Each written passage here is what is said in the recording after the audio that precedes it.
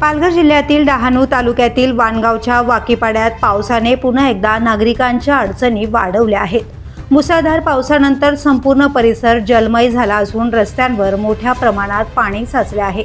इतकंच नाही तर अनेक घरांमध्येही पावसाचे पाणी शिरल्याने नागरिकांच्या संसार उपयोगी वस्तूंचे मोठे नुकसान झाले। स्थानिकांच्या म्हणण्यानुसार ही समस्या नवीन नाही। दरवर्षी पावसाळा आला की वाकीपाड्यात हीच परिस्थिती निर्माण होते। परिसरात रस्ते बांधण्यात आले, मात्र पावसाचे पाणी वाहून जाण्यासाठी आवश्यक गटारींची व्यवस्था करण्यात आलेली नाही। परिणामी पाणी थेट रस्त्यांवर आणि रस्त्यांवरील पाणी थेट घरांमध्ये शिरले। या साचलेल्या पाण्यामुळे नागरिकांना जीव धोक्यात घालून प्रवास करावा लागतोय।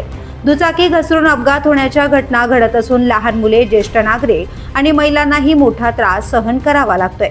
विशेष म्हणजे या समस्येबाबत ग्रामस्थांनी अनेक वेळा ग्रामपंचायतीकडे तक्रारी केल्या, मात्र अद्यापही कोणतीही कायमस्वरूपी उपाययोजना करण्यात आलेली नसल्याचा आरोप नागरिकांनी केलाय।